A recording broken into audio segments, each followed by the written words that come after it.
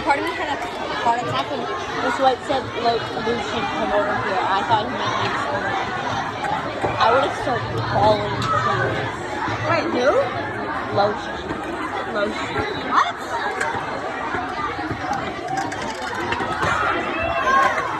I'm confused.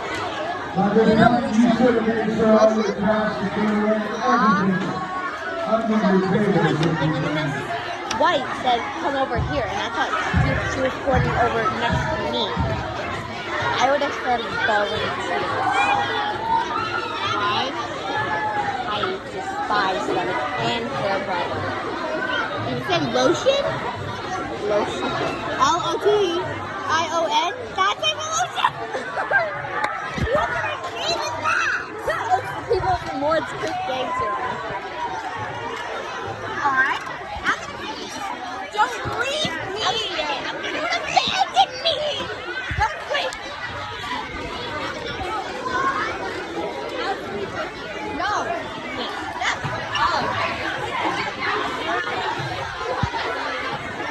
You have a broom! Where? Give me the broom! No! Let me wait! Let me wait! Give me the broom! No! Give me the broom! No! Whoa!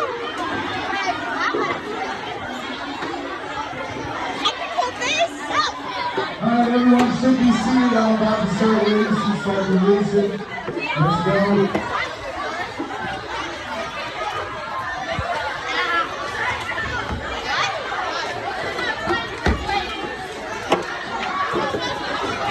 Everybody should know that that's on row 14. You are released. Everyone else should be seated. Row 15 to go.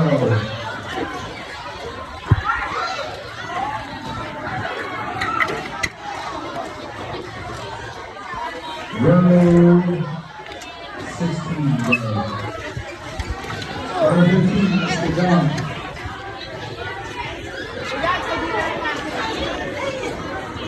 Row 20 to go.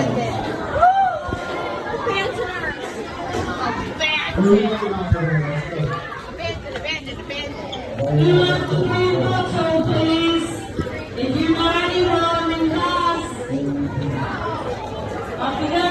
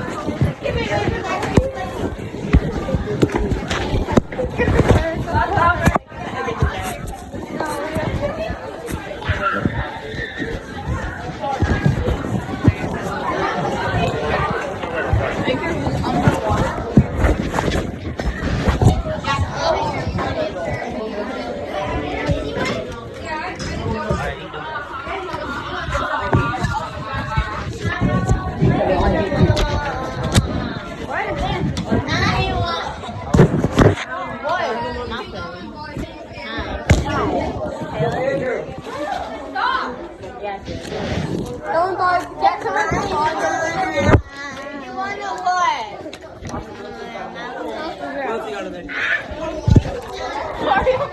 Thanks a lot.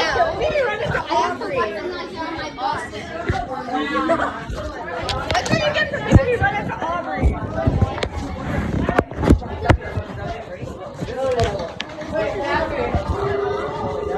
Jackie. So, Jackie, what are you doing? Yeah, jump me on Jackie. Yes! Jackie, want to hear the crazy thing? When I was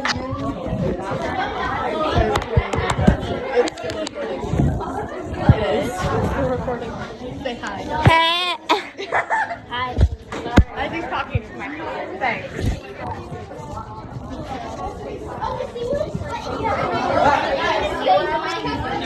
How do you know? How do you give a big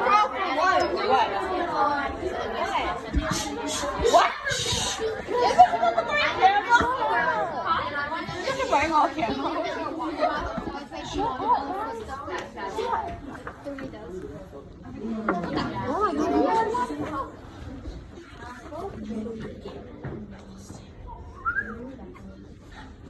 Hey, Mr. Cofield. All right, good news. Please listen. I lost my Freak pencil. out. Just listen. Good news, we got a coach at the SeaWorld at the year got approved. Okay, please listen. Just listen. Just shut up. There's a better way to say it. Just shut up. Okay. It wasn't looking good like we were going to be allowed, but they got approved at the last minute, so it's going to be the second to last day of school, which is June 1st. We'll be leaving about 7 in the morning, getting back by 8:30 at night, so it's an all-day field. I've already emailed your parents a copy of this and the link to pay. All the payments are done online, no money comes to school. And in the email I put to your parents, I don't have answers to your questions, okay? I'm just passing this out. If there's questions, it needs to go to Ms. Sims, and her email's down here. With that said, I already have like 8 emails from people's parents asking me questions. They didn't read the emails, okay? So please communicate with them. Mr. Cofield doesn't know anything. It's not my trip. All I've been asked to do is pass out the sheet of paper. The only thing I know is what's actually on this piece of paper. There's some stuff on here about deadlines for the payments, what's included with your money, things that would get you removed from the trip, which are excessive absences and tardies, or a day of ISS or OSS which you after that trip. Okay, so you can read this. I don't know anything beyond what's on this piece of paper, so you can read. Does the ISS? Do you hear what I'm saying? Yes. Read this, because this is what I know. I don't know anything beyond that. So just read it, okay? And then put it away somewhere safely so you can take it home to your folks today.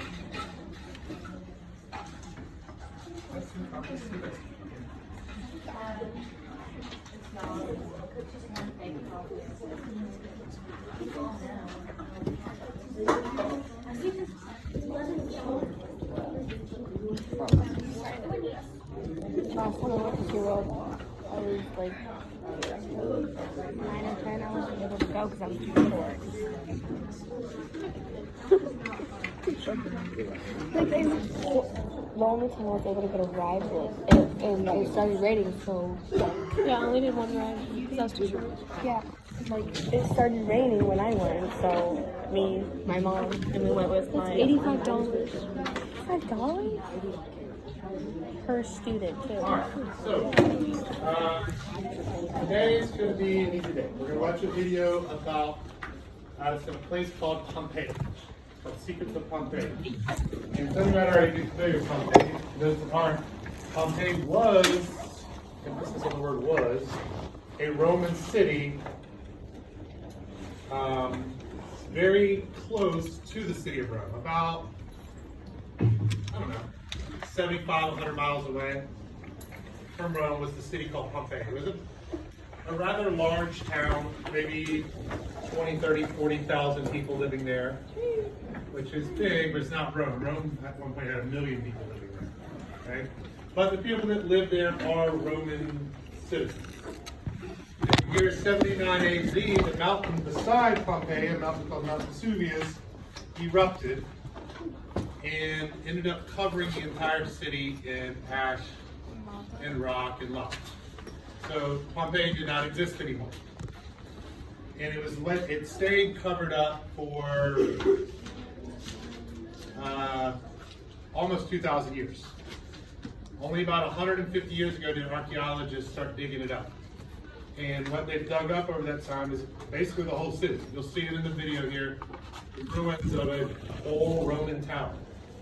And because of the way the ash covered the whole city, it was basically like it was frozen in time. We've learned a lot about Roman society from studying this covered up town. The architecture, how their cities were laid out. There's still artwork on some of the walls. It's been well preserved.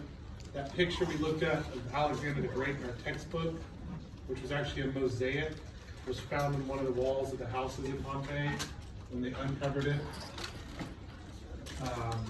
They've even found like graffiti on the walls, basically like Roman cuss words, Latin cuss words. Where people, they'll just write on walls with spray paint today.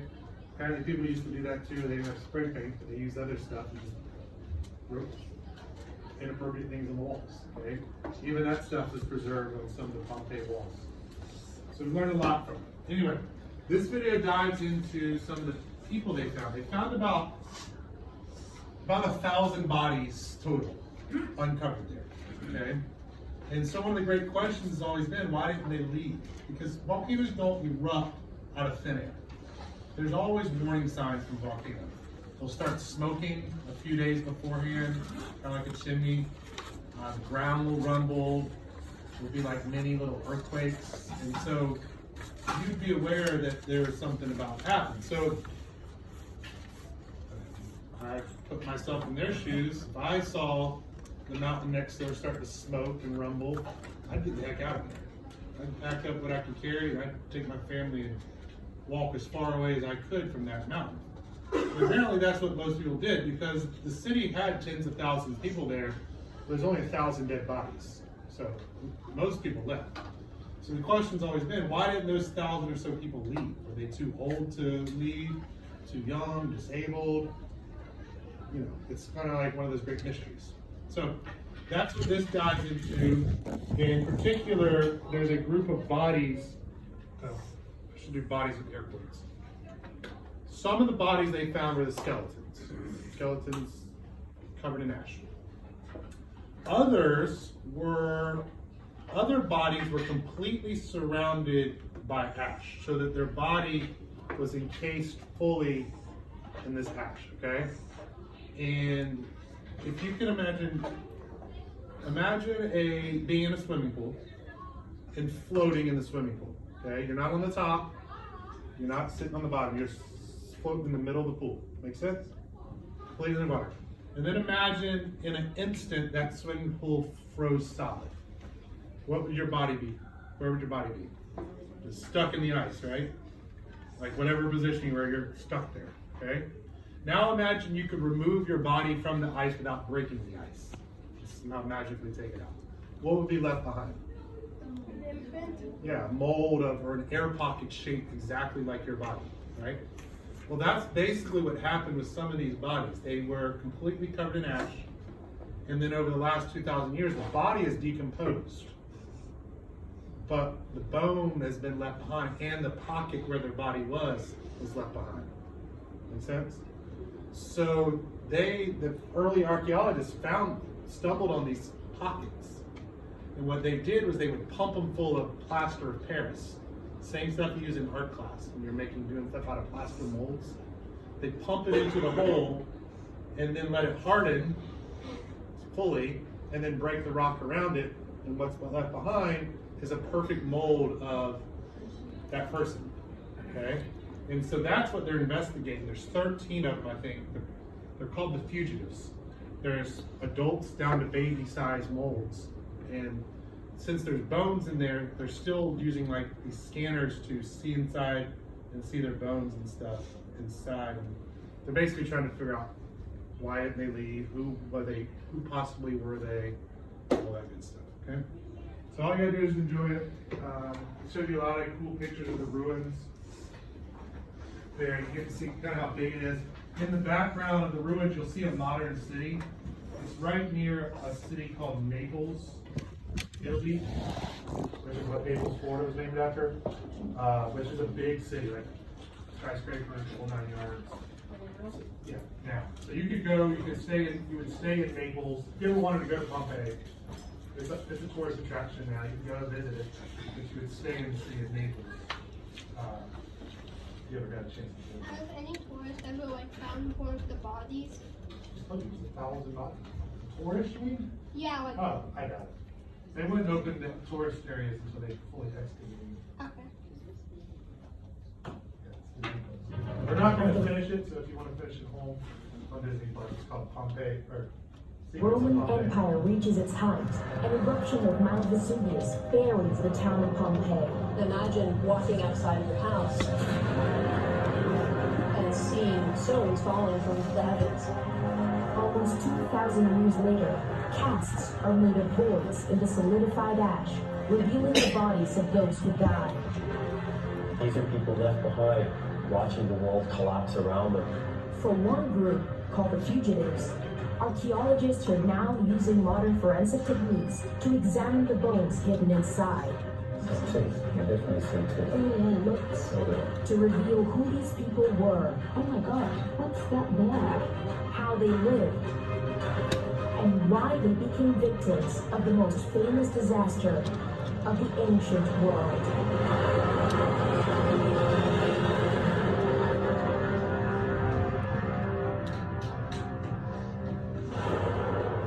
Nearly 2 millennia after Vesuvius wiped it off the map, archaeologists excavated Pompeii to reveal an entire Roman town, complete with an amphitheater and a grand forum surrounded by temples.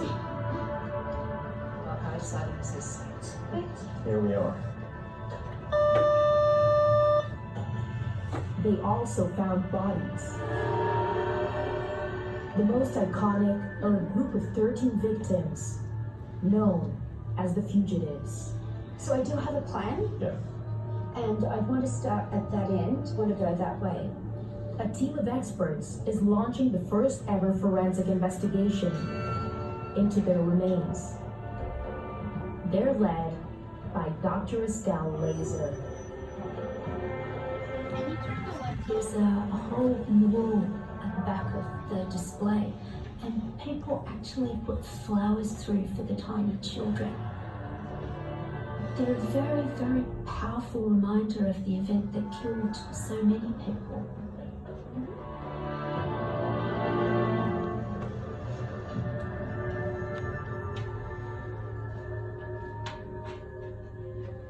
For volcanologist Kayla Iacovino, clues in the rocks shed light on why this eruption was so deadly. It started with a bang. So when the eruption first began, you would have seen the jet of material coming up in the middle and then branching out like an umbrella shape. They probably would have felt rumbling, shaking as the magma hit the surface and exploded. And this huge cloud just looming over everything, sort of spreading out from the city. The majority of Pompeians left immediately. But within the city walls, over 1,000 bodies have been found. It's long been assumed these people were physically unable to run away. The old, the very young, and the frail.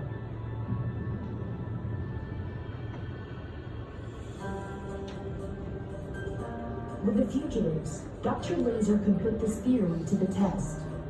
There's the skull. Her work should determine if age or disability prevented their escape. We're using traditional forensic techniques to work out what age the victims were when they died. If there's any sign of illness or trauma, any evidence about their lifestyles, looks like curious, just to get a sense of who they were. The fugitives were discovered by head of excavations, Amedeo Mayuri, in 1961. They're incredibly lifelike, seemingly frozen at the moment of death.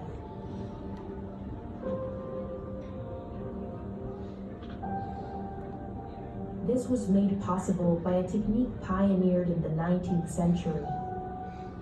Local archaeologist Antonio De Simone explains how it works.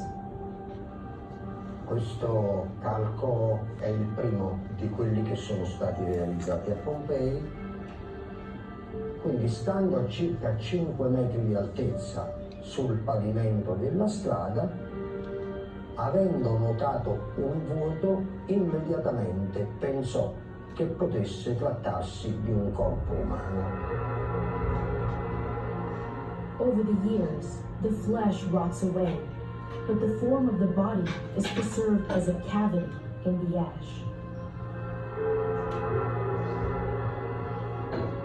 By filling the void with plaster of Paris, a 3-dimensional replica of each victim was produced. Il campo ha conservato con estrema fedeltà il drappeggio del mantello del quale la vittima era rivestita, come se si trattasse di una scultura. But wherever detail was lacking, 19th century archaeologists often improved the casts themselves.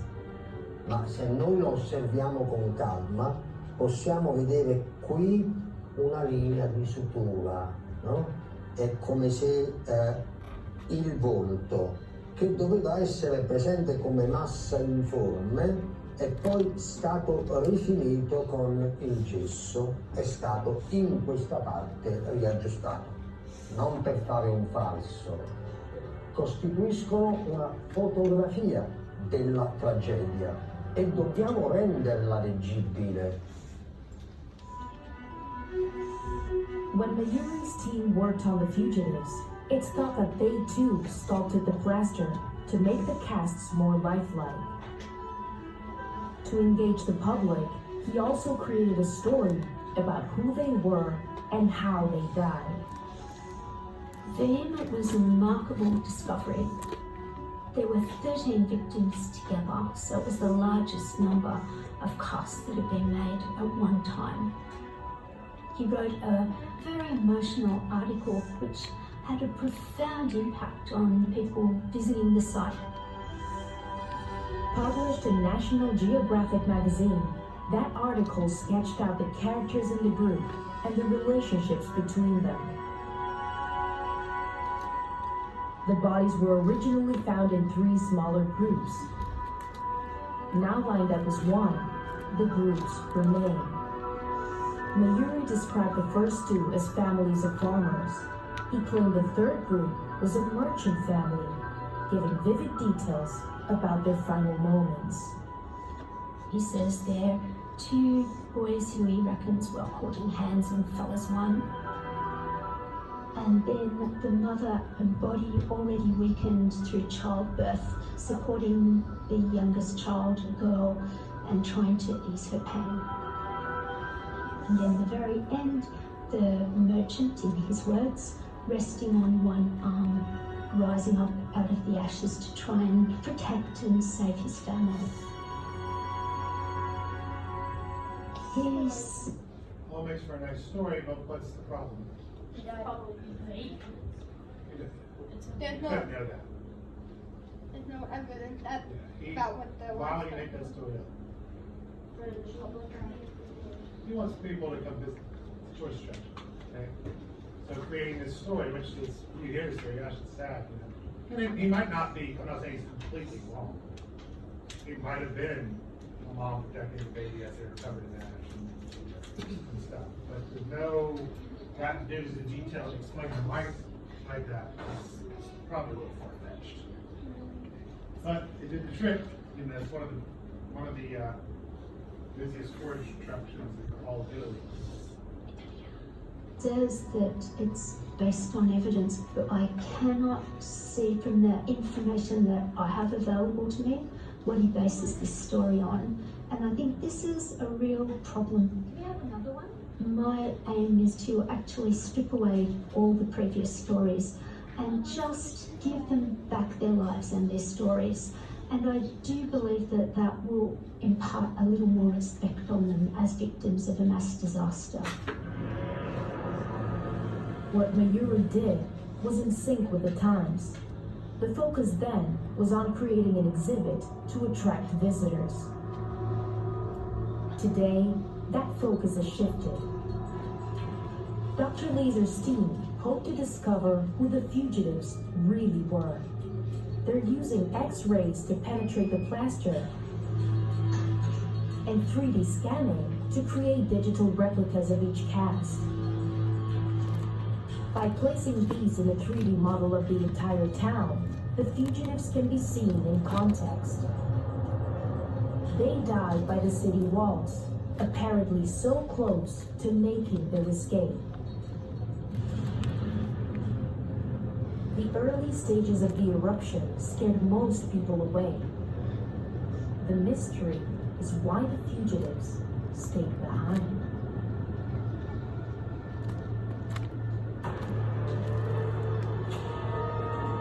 Work begins on the victim that Mayuri described as the head of the first family. The merchant.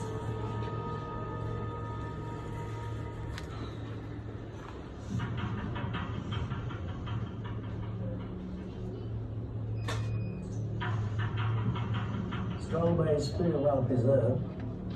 And look, it's got Calvarium, it's got everything. Beautiful. Lots of bones inside.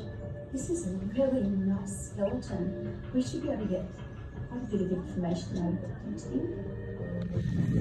Beyond the 2,000-year-old bones, the scans also reveal something more modern. Look at that, yeah. Would you look at that detail? And what's this? He has a big metal hook in his head. Yes, we can see that. It's a huge lump of metal in there. Yeah. There's a little funny wire in there, isn't it? That's a weird one. But there's a nail and a rod holding the plaster of the upper limb to the rest of the body. This unexpected find shows that Mayuri went to extraordinary lengths to preserve the fugitives' final poses. The challenge now is to look beyond these modifications and focus on the bones themselves. So, this is the first X-ray we're on. To help assess the evidence, Pompeii expert Kevin Dykus joins the team. It feels strange to shed these old stories about these people because they have been a part of the modern history of Pompeii as an archaeological site. But now we have the technology to actually go deeper, literally deeper into the plaster. And I think we actually owe it to these people to strip them of these modern narratives and get it back to who they really were. After in-depth analysis of the X-rays, subtle details emerge. We've got the frontal sinus, and it's well developed, so That's an indicator that we're looking at an adult. The teeth are all erupted, the roots are fully formed, so that's an adult dentition. Another X-ray shows a hand, with the arm bones visible below it. But between the hand and the arm, the area containing the small bones of the wrist has become abnormally compressed. We've got a case of quite severe osteoarthritis at the wrist. Probably the cartilage has been lost, and there's a likelihood that we've got bone rubbing against bone. They Very would, painful, I would imagine. so certainly they have pain, swelling, so possibly some weakness. And I think it would be more likely to be an older than younger individual. We're starting to see a human being emerge from this cast, which, you know, people have often seen them as being more like statues than individuals.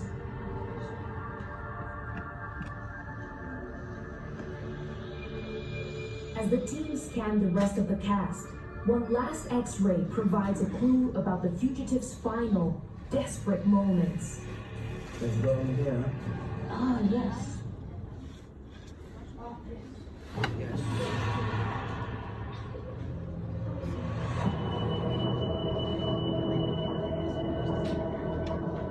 In Pompeii, the forensic team is examining the victim known as the merchant. That one there must be broken. They've discovered this is an older individual with signs of arthritis. There are funny bits of bones too. Yeah.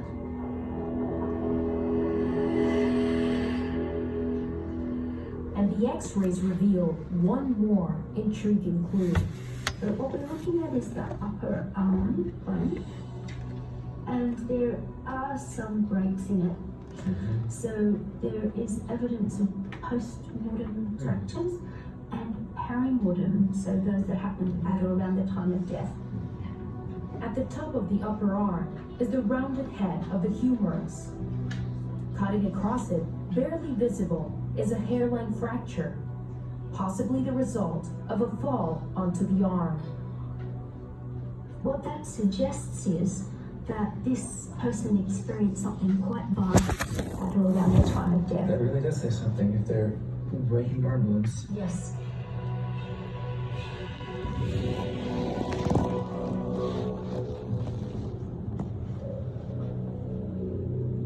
Volcanologist Kayla Iacovino is in a corner of Pompeii that's still half buried to investigate how the eruption took its very first victims.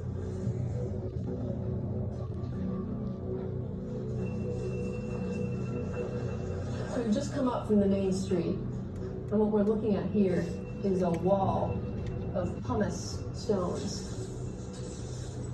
So these pumice stones sort of rained down on the city of Pompeii during the second phase of the eruption. And as the magma is rising up to the surface, you have so much energy that here at Pompeii, you were able to send stones like this over 30 kilometers into the air, up into the atmosphere. High altitude winds dragged the mushroom cloud across Pompeii. Then gravity took over and pumice began to rain down on the town below. At this point, there's no escaping it anymore. You're inside of the eruption. So you can imagine walking outside of your house and seeing stones falling from the heavens. So while these things are sort of light and fluffy, and a single one maybe hitting you in the head, or even a few hitting you in the head wouldn't kill you, but when you have 5 meters of this pumice sitting on top of the flat roof, the roofs start to collapse. 5 meters is about 15 feet. This is 10 feet, the ceiling. So add 5 more feet up, and you have all that just sitting on top. So like if anyone ever held pumice stone comes from volcano, inside that, it's very lightweight. Like some pumice stone even floats in water. It's so lightweight. It's just because it has so much air in it, the way it's formed. So that falling on you might not kill you, I'm sure it doesn't feel good. It's not kill you, but being buried at 15 feet of it certainly will kill you. It just keep raining down, it just keeps piling up, just like that, piling up, piling up, piling up. So if you're outside, it'd be covering you up. If you're inside, it'd be fine until enough of it set on your roof and the roof just caved in on them. Which is what happened to most of these people that are in their houses. They were just buried lost. And unfortunately for Pompeii, a lot of the people were killed because those roofs collapsed on top of them because they decided to shelter in place. When archaeologists dug down through the pumice layers, the remains of those that sheltered inside were still there. The eruption's first victims. Buried in these pumice, it wasn't possible to make casts of these bodies. Only bones were retrieved.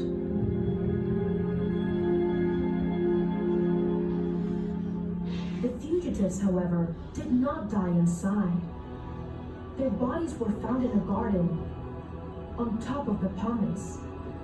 They survived this part of the eruption, but they never left Pompeii.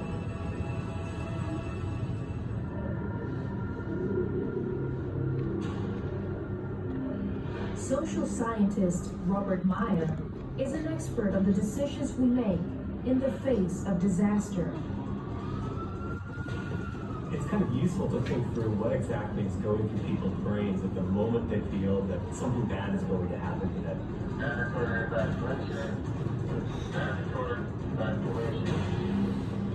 And we're subject to a number of what are called cognitive biases or rules of thumb, which normally work really well for us on a day-to-day basis, but when it comes to these very rare, very, very dangerous sorts of events, lead us astray. The storm is now designated a Category 5 hurricane. We cannot stress enough the danger this poses to communities. In a period of intense threat, one of the deepest instincts that we have is to stay with things that are familiar. So safety is associated with the place that we live. It's where all our possessions are. Urge all citizens to put their own safety first by moving to safe ground. Sheltering in place may not be the best thing to do, but what are the alternatives? And do I really think that running away outside is necessarily going to be a safer option than it is to stay here? And the more confused we get, the more our brain is telling us don't do anything. Neighborhood that's completely underwater. There's a couple of rooftops here. This is the thing we call the status quo bias. Completely stranded. This is a family of 5 people. You end up with mental paralysis. Just realize the gravity of the situation here. And in the face of paralysis, our instinct is to not do anything and just stay.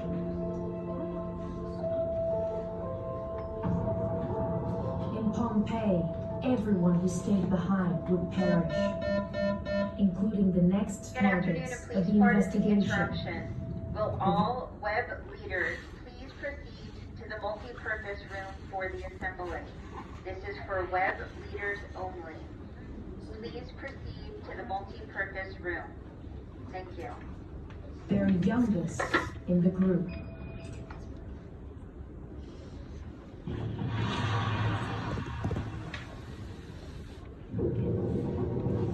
As pumice rained down on Pompeii, the fugitives clung on. For the youngest in the group, it must have been a particularly terrifying ordeal. According to the story created by Srry, this was a farming family, and the children were brothers, 4 or 5 years of age.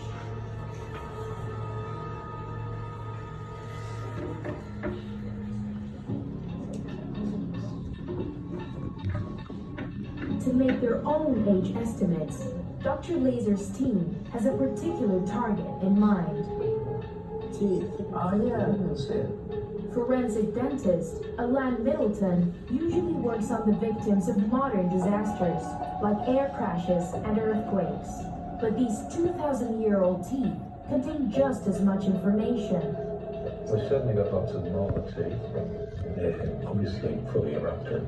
I mean, for instance, this tooth here, the root's fully formed. Means that we're not looking at a really, really young child. No, it's someone who's got fairly well-developed secondary teeth, so probably looking at something around 5+. Okay, this is number 2.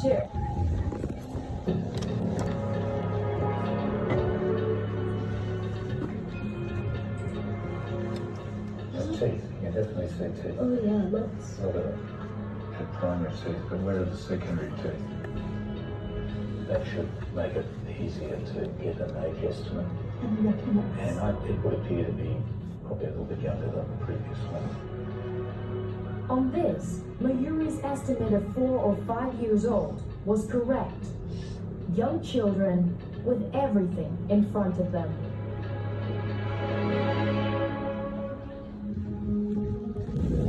For archaeologists like Kevin Dykas, understanding what life was like for children here is a challenge. Across Pompeii, they seem almost invisible.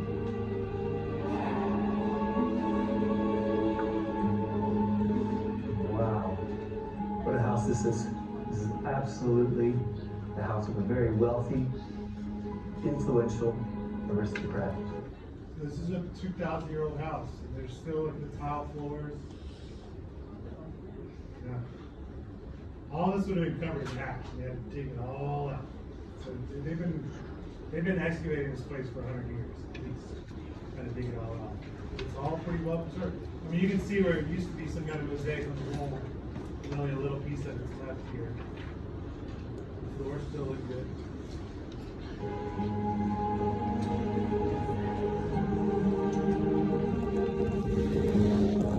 How often you see an entirely mosaic atrium? You even have a mosaic peacock, a symbol of confidence. It's beautiful. Everything suggests leisure, suggests enjoyment of life.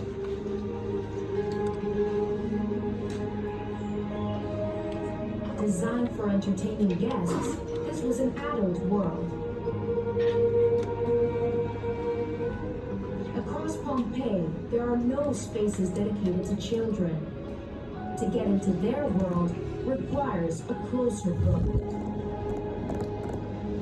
Plastered wall can serve as a sort of canvas for anybody to engrave names or figures or whatever they want. Here we just have a series of lines, horizontal, diagonal. You can't identify anything here, but I can identify something right here. Always lower to the ground, you can find stylized figures of animals or people.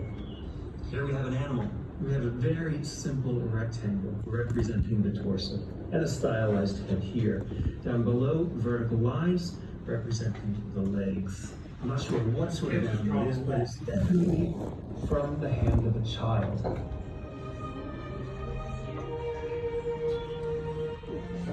Kids' graffiti like this pops up all over Pompeii. The wealthier children have other entertainment too.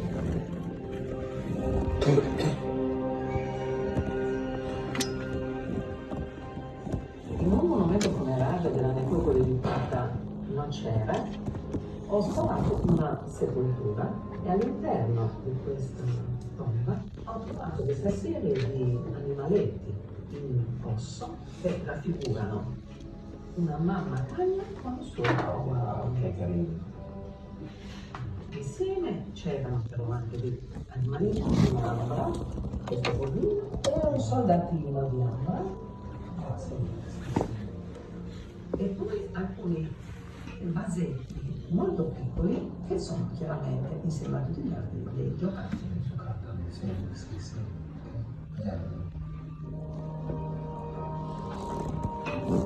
Never before seen on television, this collection was found in the tomb of a grown woman. Objects so precious that she kept them her entire life.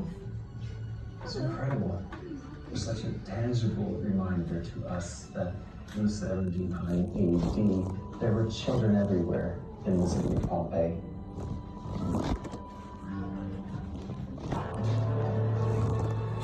According to Mayuri, the second family was made up of a young farming couple and another child, described as their slender and undernourished daughter.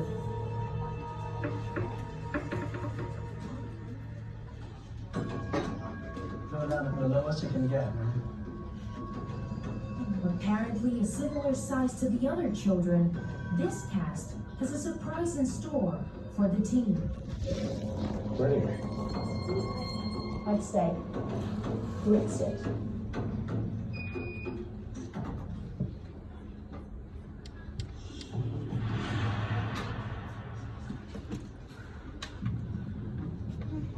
In Pompeii, forensic dentist Alan Middleton is examining one of the smallest children in the fugitives group. This is quite interesting, this view, because we can see a jumble of teeth. It's showing us in the front and centre of the picture there a whole lot of deep information. And most of these teeth, the development of their roots is incomplete. This is the second primary molar. This tooth hasn't fully erupted. This is a very good contrast to the age of this individual. It's definitely an infant, probably around about 12, 14 months through to about 15, 16 months. The milk teeth emerge in stages through early childhood. A molar like this, still embedded in the bone and gum, gives a reliable age estimate. That's amazing because babies don't always survive very well in the archaeological record. The bones weren't recognised as a scientific resource until relatively recently, so they weren't stored very carefully, and infant bones are quite different looking to adult bones, so it's quite possible that they weren't even recognised as human.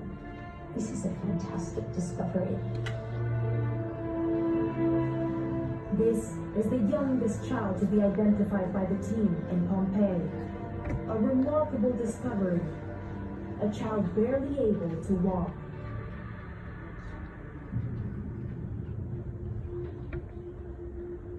Dealing with an infant would have certainly slowed the fugitives down.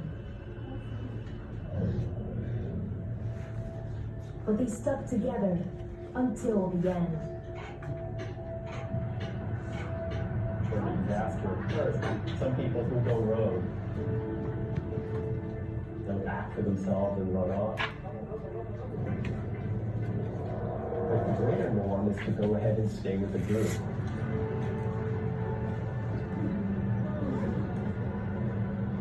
There's a certain sense of emotional reassurance of just being with others. It's also the case we like to look after each other. So if we see an elderly person, or if we see a child, our tendency is to want to stay back and help them. But this instinct to stay with others is so powerful that often that trumps our individual desires to survive by ourselves.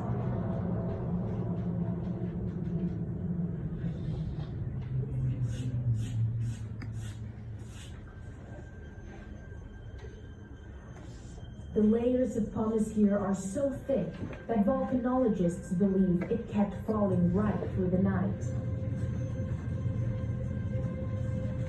The fugitives found above these layers survived until morning, when a new threat emerged. What's really fascinating about this deposit in particular is that you can put your finger on the exact moment that the eruption switched from the pumice fallout phase to the pyroclastic flow phase, just here. Everything beneath this layer is pumice that had fallen from the sky. So this was that stuff that was raining out of a cloud that had shot more than 30 kilometers above the summit of the volcano. Once that pumice rained out, that column began to collapse in on itself, gathering up and then shooting down the steep slopes.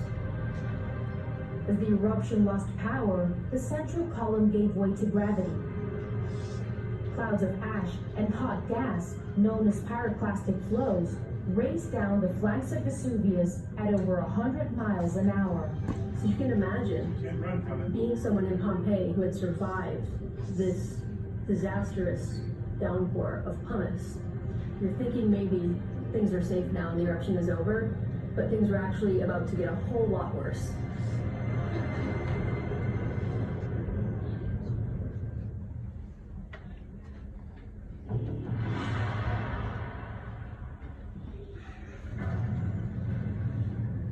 As pyroclastic flows raced down the flanks of Vesuvius, time was almost up for anyone that had stayed in Pompeii. Altogether, more than 80 victims of these flows are preserved in plaster. You ready? Okay. Dr. Laser plans to x-ray them all, including the casts on display at the entrance to the ruins. Go left hand, please, and See what we get. okay, thank you. Oh my god, what's that there? Doesn't look like bone at all. What is that? It's metal for sure. I think we need a clearer view of that. Okay. That's super clear now, look at that. That looks like a ring, doesn't it? So you can see that the metal has corroded, but you can still see the form of the ring around the finger. Yeah, that's fantastic. To find out what the ring could tell us about this victim, Kevin has gained access to some of the valuables found when Pompeii was excavated. We've got these beautiful gold chains, gold earrings with pearl drops. Many of these were found in association with the bodies. We've got these beautiful examples of gold rings set with those stones. Go down the line, you have silver examples. This one exhibits a little bit of corrosion. It's not quite as perfect as the gold ring. When we start to get down the spectrum, we see more and more corrosion. You can take a look at the bronze ring here, and of course, coming down here, the iron rings. Ours, as it looks in the X-ray, exhibits a lot of corrosion. So we could say it's definitely not a gold ring. It's perhaps an iron ring, or maybe even a silver ring. The metal of an oval setting is perfectly preserved, suggesting the presence of a gemstone.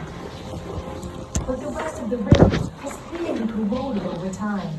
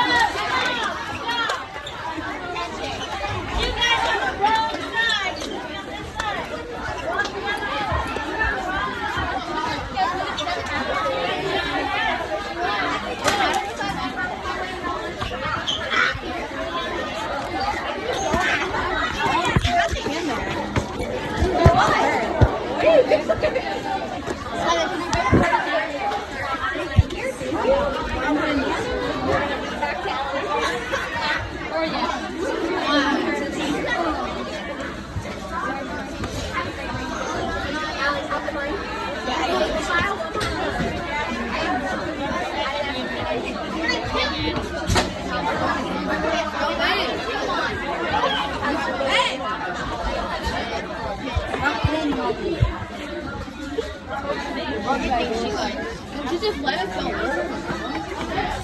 Oh, sorry.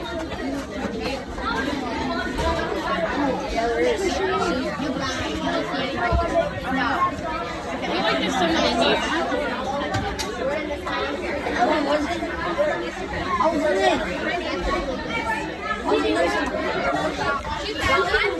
Yes, that's racist.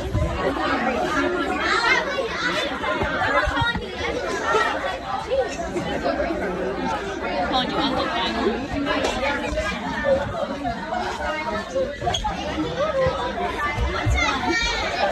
it looks very good.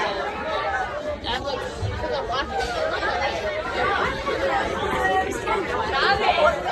him when he takes a DNA test and finds out he's 2% African.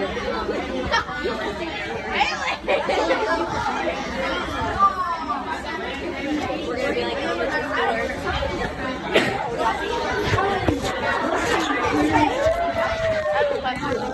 white people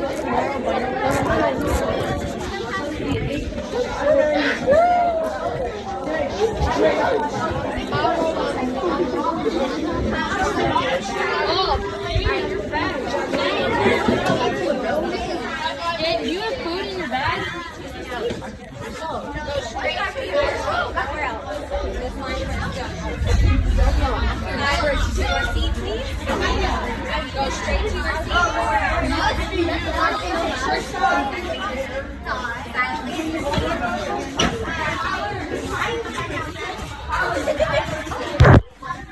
Straight to your seat.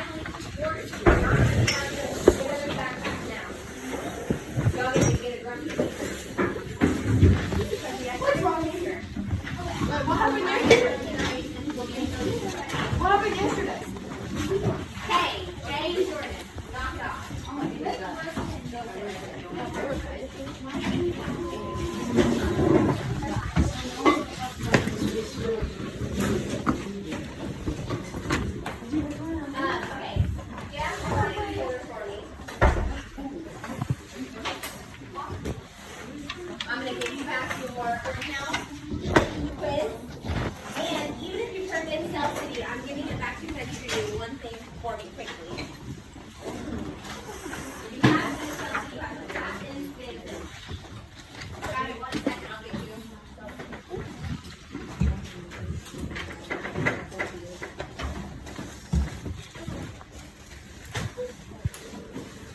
Okay, I'm going to give you back for South City, even if you turn it in. You didn't do anything wrong, Colin. Yeah? But I'm giving y'all a chance to do anything else. Russell, here's this. Are we watching the Magic School? No! Watch anybody. People love it. Riley, sorry. Where? I saw her this morning. Yeah. Check out. Aaron, Riley, Andrew. I guess Riley did. Okay, so first I want you to look at this page, everybody. So get this page out. If you didn't get yourself to grab it for me real quick.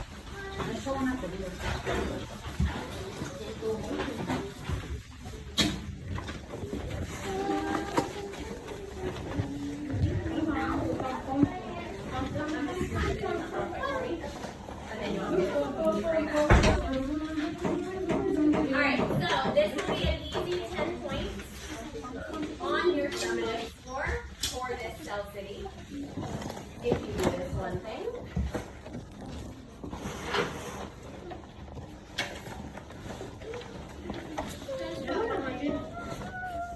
No, you cannot put 100. Can I get 100?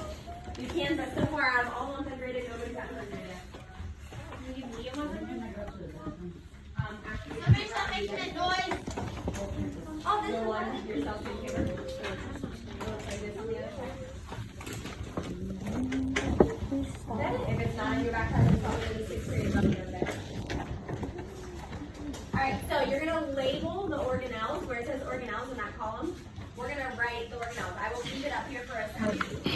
more than a second for you to copy.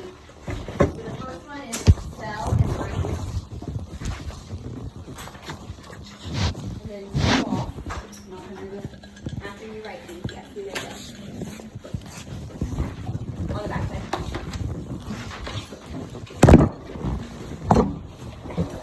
Alright, no problem. Next one.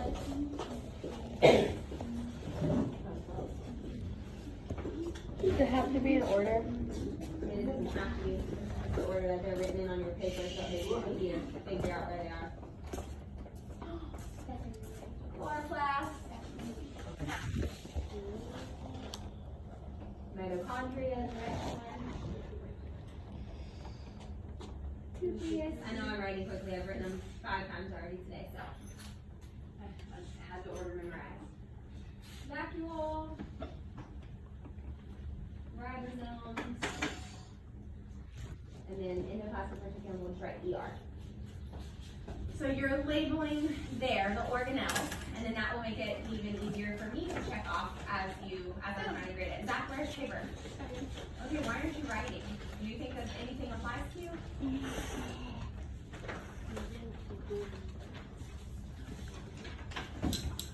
So I'll leave this up here for a second for you to copy. And while you're doing that, I'm going to check out your organelle quiz.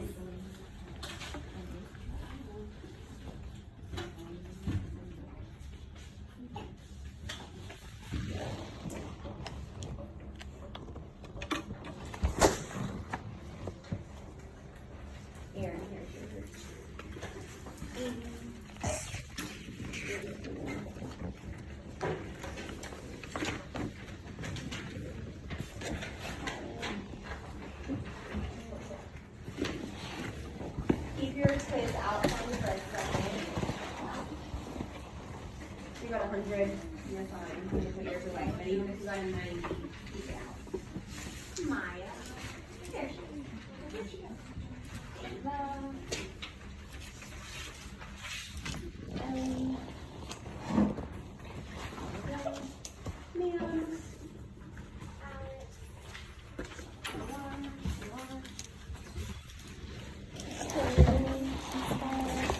Thank you. Miss D graded them, so I double checked them. Where's your The mean green. What does it say? What did I tell you?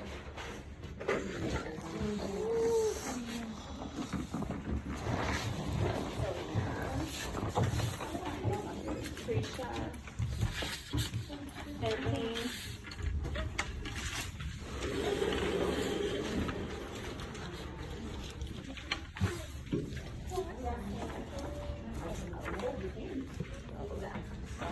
All right. So, our quiz. Overall, this was the lowest average of all my classes. There is a direct correlation between behavior and the averages. I'm not saying everybody did badly, but a lot of people did badly. Yes, sir. Did I miss 3 or 4? What's your grade on the back? 80 was the word. How did they come in? It should be just. I'll look at it in a sec. And number 3 or 4, you mean? I'll look at it in a second and tell you. But here's what I'm gonna give you: one-time opportunity. No matter what your grade was, if you missed 1, if you missed 5, if you missed 9, I don't care. You, if you would like to, can make corrections and improve your score all the way to 100. One time only. I don't ever do this. Okay? It's not. We're not even supposed to do it because you're supposed to max out at 85. But I don't care if you got a 90 to a 10. You can make corrections on your test and you can get it up to 100. If you got a 100, awesome, congratulations. You don't have any extra work to do. You did it the first time and you learned it. Yeah. So you get to just relax while we watch the video. Yes, ma'am. Yes, sir. What do you mean by minus? Minus 0 means you didn't miss any. I guess Miss Z writes minus however many you missed. Yeah. So because you have your Self City page there, if you missed any, you can use that page to help you answer these questions. if you wrote the functions down, it should be on there. Okay? If not, you can check in your journal. And then if you want to put the correct ones in the 6th period bin, just highlight the answer you're picking, your new answer. You don't have to rebubble. Just highlight your corrected answers. That way I can look and see which one and I don't have to guess which circle you were trying.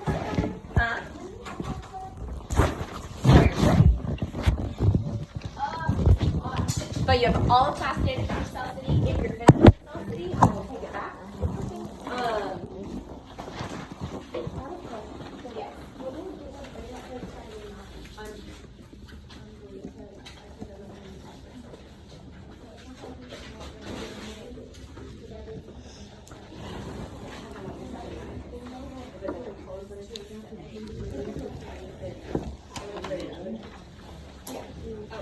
Yes. Are you done with it? Yeah. I like the correct answer, yeah. Yes, just like that. Oh, yeah, number 3. I mean, number 1. Isn't protein energy? Isn't protein technically energy? Protein, you can break down protein to get energy. So here's the deal. You're not getting to work with friends today. You're working on your own at your own seat.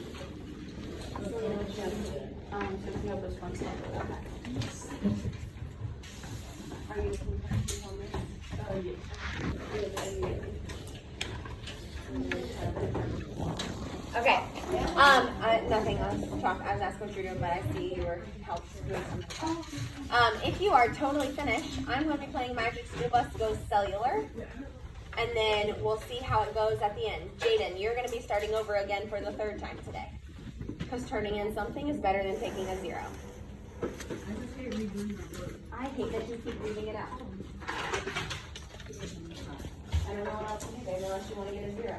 The second one I feel like I thought I have to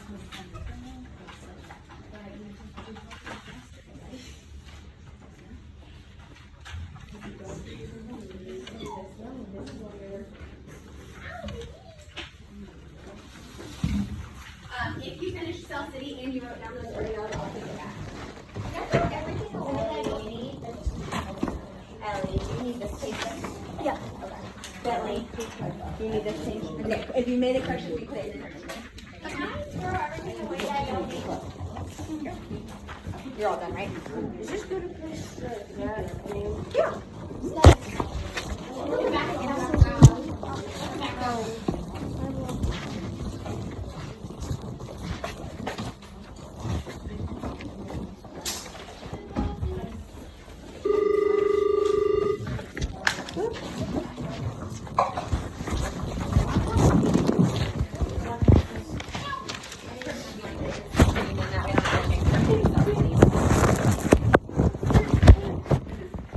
When you make your corrections and you highlight them, just put it in the 6th period bin. That way I don't mix them up myself.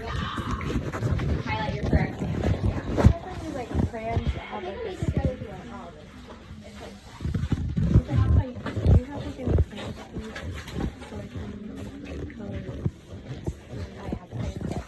I'm loaning it to you. Don't give it to anyone else. Bring it back to me. Did you get this bridge? No, I have to turn it off. You know down Main Street, you relaxed and feeling good. Next thing that you know, you'll see it. What's in the neighborhood? Surfing on Srry, swinging through the storm. Take a method to it, just it. Make yourself a mic and more on the Magic School Bus. Navigator, straight down on the Magic School Bus. Make a plane turn to on the Magic School Bus. Stop the river of love. On the Magic School Bus. So strap your bones out to the sea. Come on in and don't be shy. Just to make your baby see. You might get back into a clown on the Magic School Bus. Step inside, it's a ride around. Come on, ride on the Magic School Bus.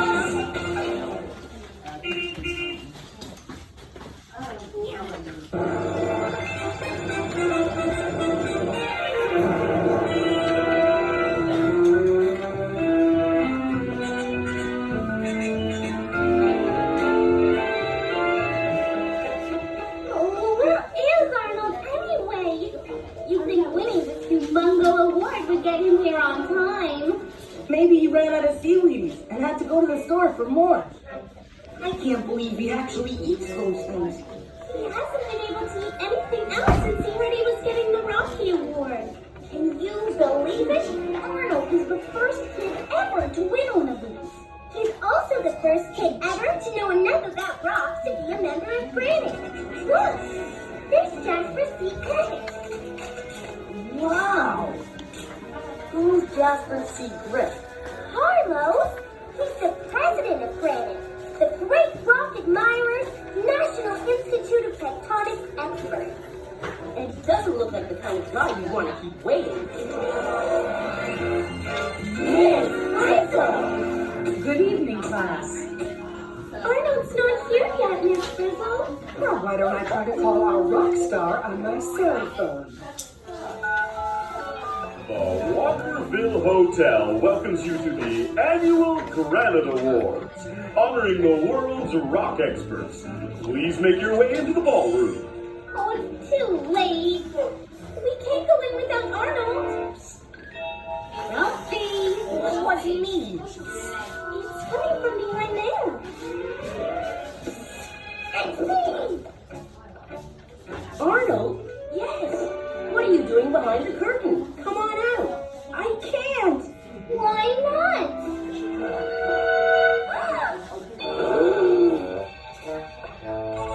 Is it just me? Or are you totally orange? It's not just you, but it is just me. I'm orange. Arnold, come on. Now stop eating those things. I can't. Dinner is about to be served. Please find your tables and be seated.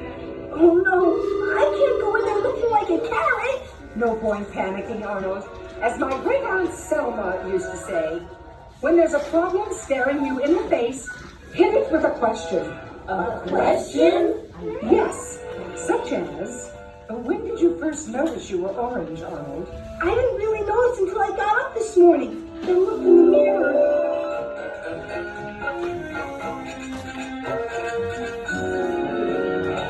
Today's the day. Today's the day. Arnold, what color are your pajamas? Huh? What color are your pajamas? Orange. It's my favorite color, except when it's on my skin. That's it. Maybe something from your pajamas rubbed off on your skin. But why now? I've been wearing those pajamas forever. Who knows? Let's just try to wash it off. To the bathroom. No, someone might see me. Well then, to the bus. Ouch! Ouch! That hurts! Do you have to rub so hard? Sorry, Arnold, but you want it to come off, don't you? Of course I want it to come off. Is it off? No. So the orange isn't on your skin. Maybe it's in your skin. Daringly deduced, DA. But how did it get there? How's my skin gonna rub, say, Phoebe's? Good question, Arnold. Give me some skin. No, I mean really. You want Arnold's skin? The perfect place to begin the investigation. You're not suggesting a field trip, are you, Miss Frizzle? Wow.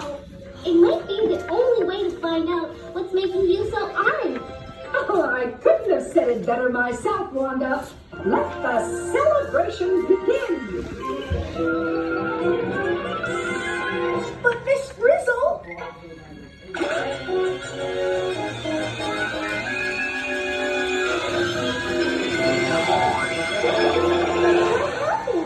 Where'd everybody go?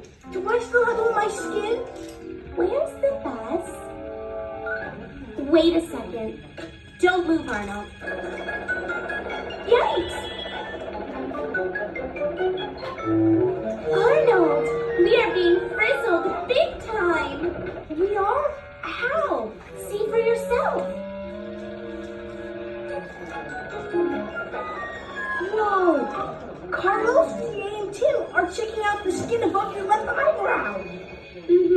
And Ralphie, Keisha, and Liz are sitting on your glasses. No way. Yes, Wade. Just don't move too quickly or we'll fall off. I don't believe this. Miss Gristle, what kind of a field trip is this? The kind that answers your excellent question, Arnold.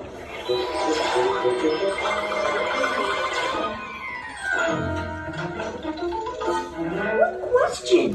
What's the difference between your skin and Phoebe's? Care to take a closer look, Wanda? Keisha, you guys find anything on Arnold's skin yet?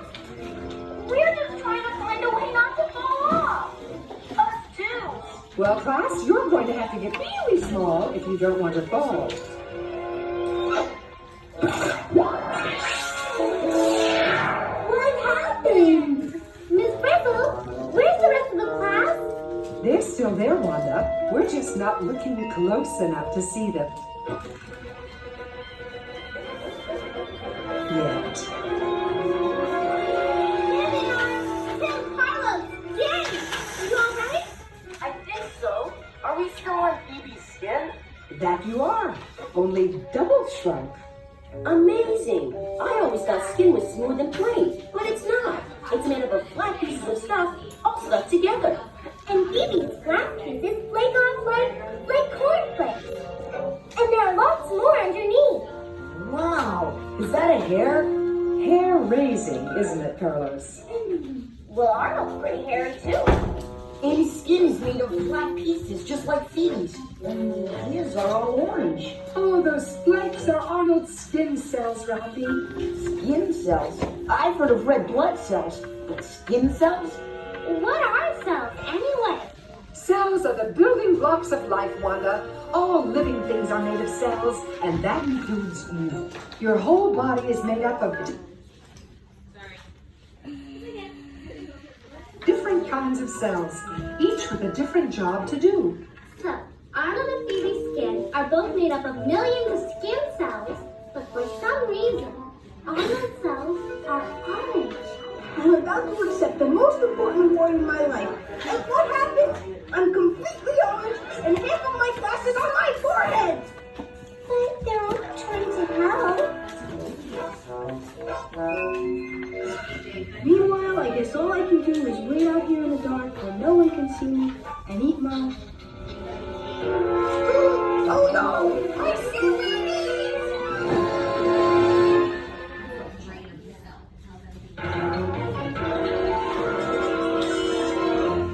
I don't believe it! That dog is eating my seaweeds! Let's get him! Seaweed! Hold it! What if somebody sees me? Maybe I should have stayed home today. Me too. Hey, Wanda, have you found out why I'm orange yet?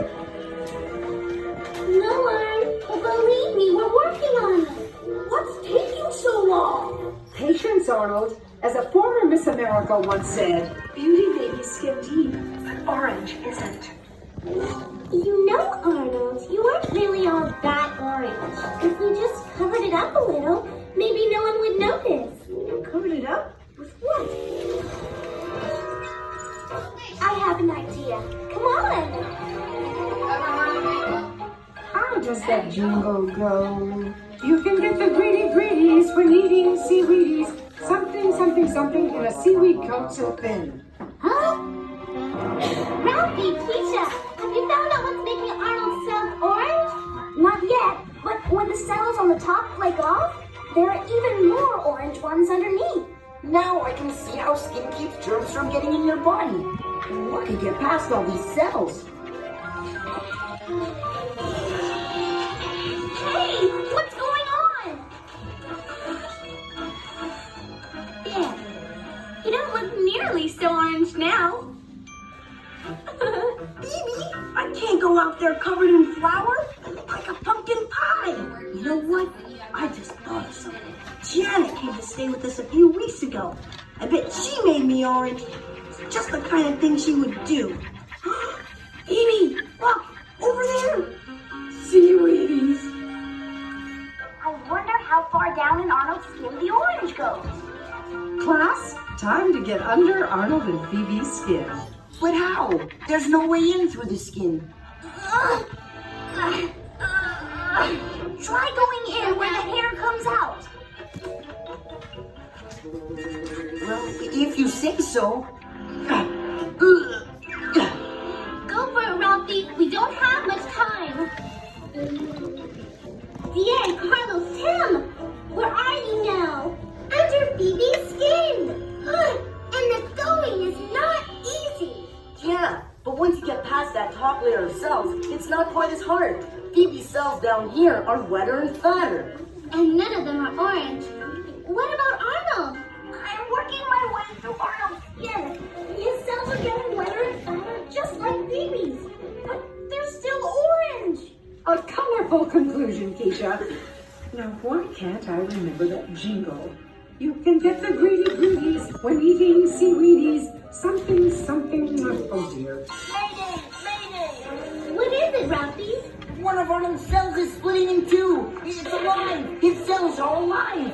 Phoebe's cells are doing the same thing. They're multiplying like crazy, making more new cells. Well noticed, Wanda. Your body's made of living cells that just grow and divide. Grow and divide, grow and divide, grow and divide. But Arnold's new cells are just as orange as the old ones were. And there's not an orange cell anywhere in Phoebe's skin. So why are Arnold's skin cells orange? Whoa! It's hard to stay down here. New cells are pushing us back up to the top. But we haven't gotten to the bottom of Arnold's problem yet. Miss Frizzle, have you figured out what's making my skin orange yet?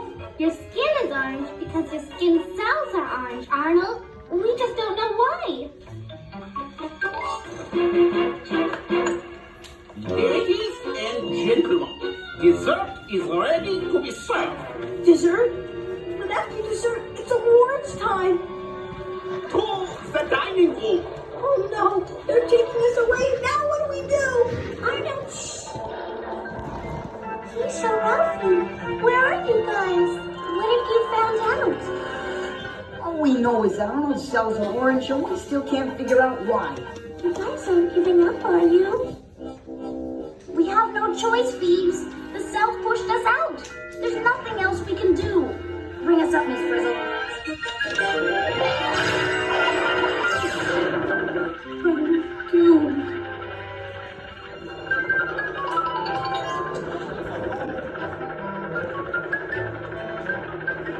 I'm down to my last seaweed. We've got to do something, Miss Frizzle. Well, Wanda, I think it's time to take chances, make mistakes, and get the inside story. On your marks, get set. This is it, Phoebe. My last seaweed before I humiliate myself in front of my fellow rock lovers. Arnold, no! You say something, baby? Arnold, whatever you do, don't! Smile. The bus was on that seaweed and you just ate our class. Oh no, not again!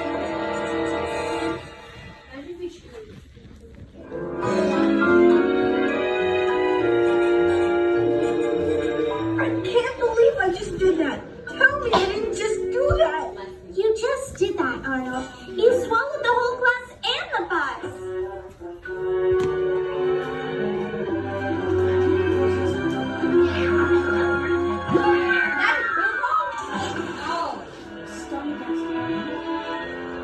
I can't believe we're on his stomach again. It's just as I remember it. Only orangier. Hey, wait a minute. Where is all that orange mush coming from anyway? The only thing Arnold's been eating for weeks, except us, is seaweedies. And they're green. Green on the outside one, but orange on the inside. Of course. You can get the greedy greedies when eating seaweedies. Chewy gooey carrot and a seaweed coat so thin. Eat a seaweedy and give yourself a grin. So all that orange stuff out there is coming from the carrot and the seaweedies? Wait!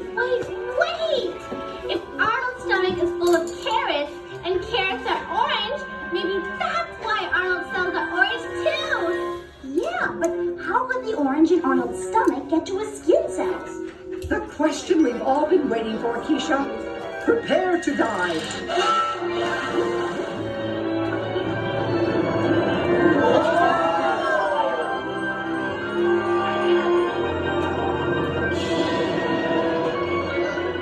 I wonder where they are now. I don't want to think about it. I just want to stop being orange. Isn't he the kid who's winning the award? Oh no! Where are we? We're in the small intestine. I recognize it from the last time we were here. Right you are, Carlos. This is the place where all the good things from the food we eat get into the bloodstream. And those things out there are the villi. Remember, they move the food into the bloodstream. Are they made up of cells too, like Arnold's skin? Dynamic deduction, Wanda. Voila! Villi cells. You also have blood cells, skin cells, stomach cells, heart cells, muscle cells, bone cells. Your body is made up of billions and billions of cells, each with a job to do. So what's the job of these villi cells? Right now they're sucking up the orange stuff. Their job must be to suck up food. Wonder where it goes from here. In the words of my old friend Caratina, follow the orange stuff.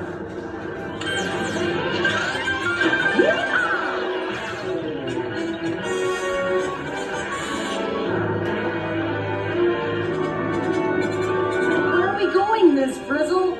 We followed the orange stuff through the villi, and now we're heading for the bloodstream. Well, we're in Arnold's bloodstream, and there are cells all around us. And orange stuff, too. So where's the orange stuff going, Miss Frizzle? And can we get there fast? Arnold's in trouble out there. We're going back to where we started, and it's only a few heartbeats away. This award has never been presented to a child before, but as you now know, Arnold Pearlstein is no ordinary child. I'm so nervous, my heart's beating like crazy. Okay, we're heading for Arnold's forehead. Now what? Look, the orange stuff is disappearing through that wall. What's on the other side? That's my kind of question, Keisha. Hang on, Louie, Liz.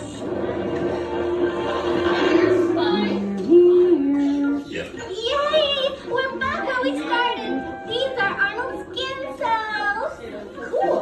That means we reached Arnold's skin from the inside. And we did it by following the orange stuff. And get this, Arnold's skin cells are drinking up the orange stuff from the seeds. Of course. Since cells are alive, they have to have food to live and grow. Even if the food is orange. Oh, capably concluded, class. You might even say, we are what we eat. And now, I am very proud to present this award to Arnold Pearlstein. He said my name. I'm going up for the award now. And I'm still orange. Poor Arnold. He got himself into this by eating all those seaweeds, but he doesn't even know it. And even if he stopped eating seaweeds now, it would take about 30 days for new cells that aren't orange to reach the surface of his skin. 30 days? He doesn't even have 30 seconds. Isn't there some way we could just suck up all the orange stuff? Well asked, Wanda. What do you think, Buzz? Coming, class? A villi bus!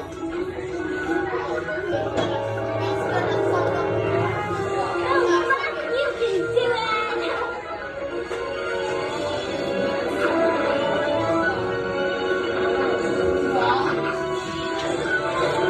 I can't do this. Mr. Grit's gonna see that I'm orange. Everyone will laugh. Take care for this. Congratulations, son.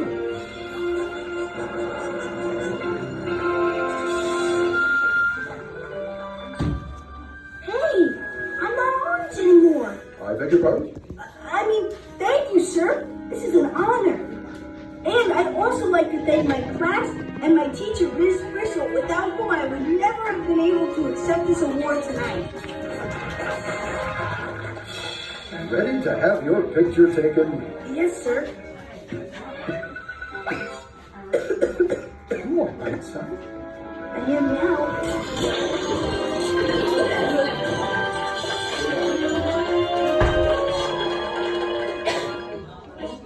You mean it wasn't Janet? It was me? That's right, Arnold. You've only got yourself to blame. But how did I do it? Hey! Simple. Look. So, seaweeds are orange inside. I know that. Arnold, your entire body is made of cells. And your cells are alive, which means they need food. And where do your cells get their food? From what I eat? Exactly. So do yourselves a favor and eat something else besides just seaweed. As I always say, take care of yourselves and your cells will take care of you. Hey, Orange, you glad you're not orange anymore? Carlos!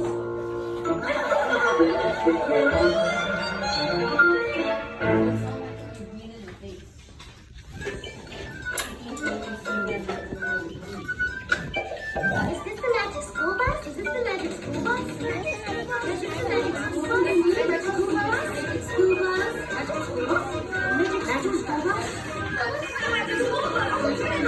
Magic school bus? Come in. Oh, you managed to get me some food. I'm starving. Magic School Bus, the producer speaking. I don't see what's wrong with eating seaweed. Aren't carrots and seaweed really good for you? You bet. I love seaweeds.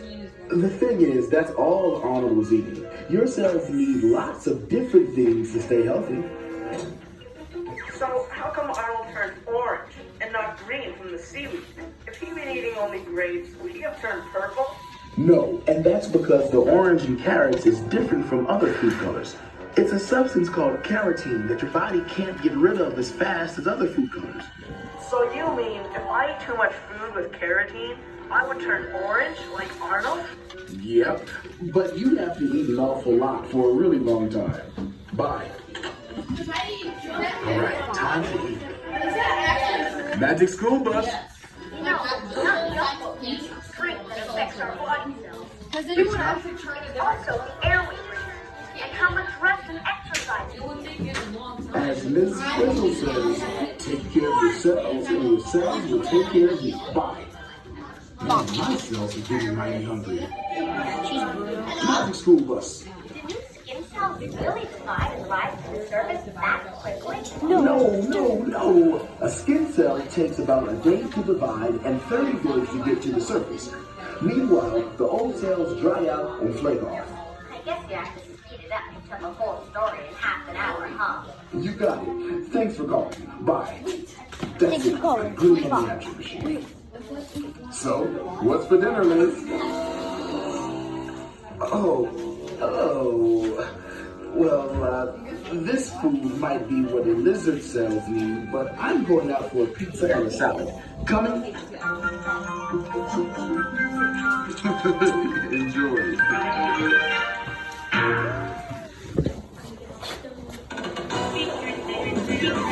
Surfing on the Srry, swinging.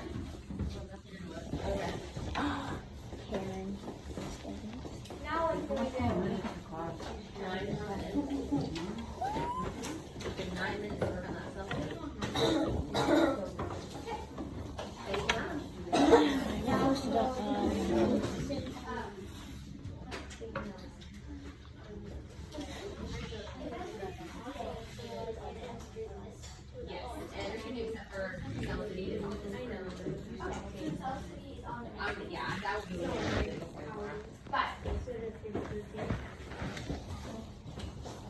Where my is awaiting me.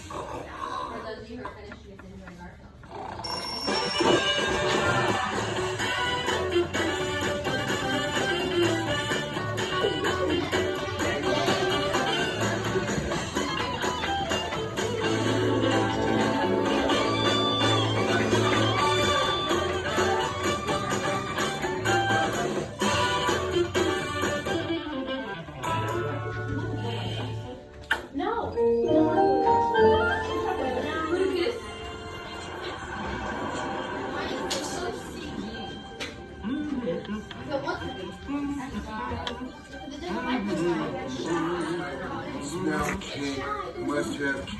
chocolate cake. Must have cake. This is for Liz's base. Touch it, and I'll never make you another lasagna as long as you live. No cake. Must not have cake. Must watch TV instead. No cake.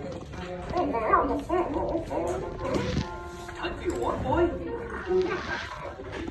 Okay, I'll walk you while the frosting parties.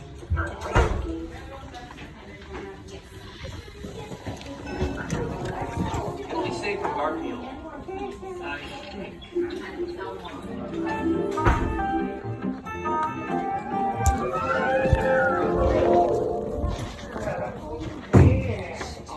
I want you out of this house now.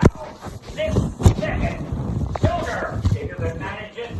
You are the most horrible, monstrous, awful creature who has ever lived. And don't you ever come back. Hear me?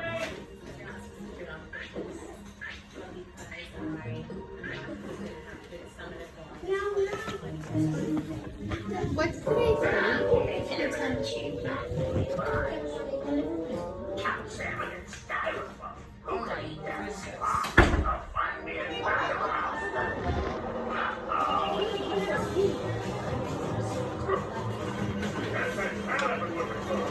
Oh no, you're not getting away from me this time.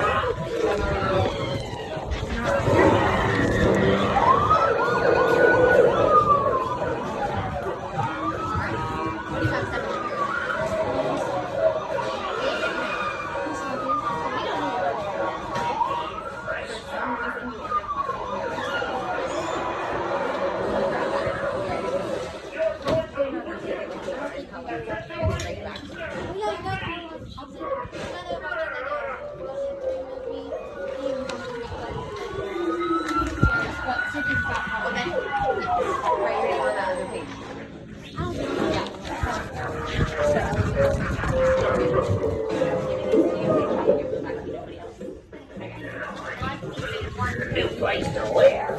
Where am I gonna find someone stupid enough to take me?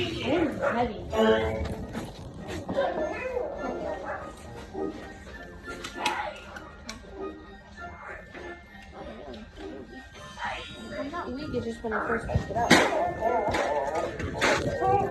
don't know, like, where do I put it? Oh, not my best friend? I just got the rest of it. Yeah, that's the good part.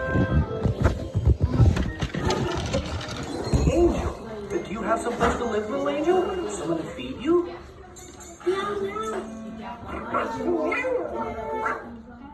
I don't know if we could have another cat in the house. All right, all right.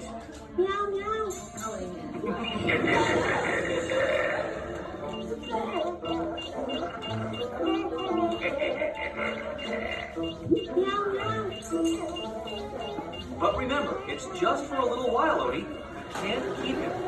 Oh, Angel is so cute. I'm sure even Garfield won't mind sharing his food. No, no, no, no, no, and no. In that order, we are not having another cat in this house.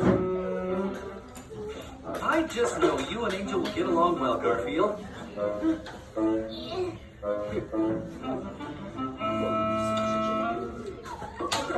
All right, Angel, you out of here. Don't meow, meow me. Nice one. Good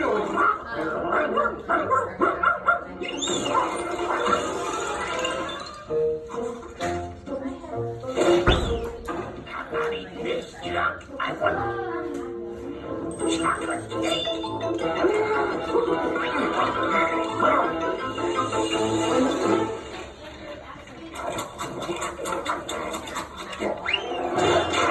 So much for dessert. Now, I want dinner.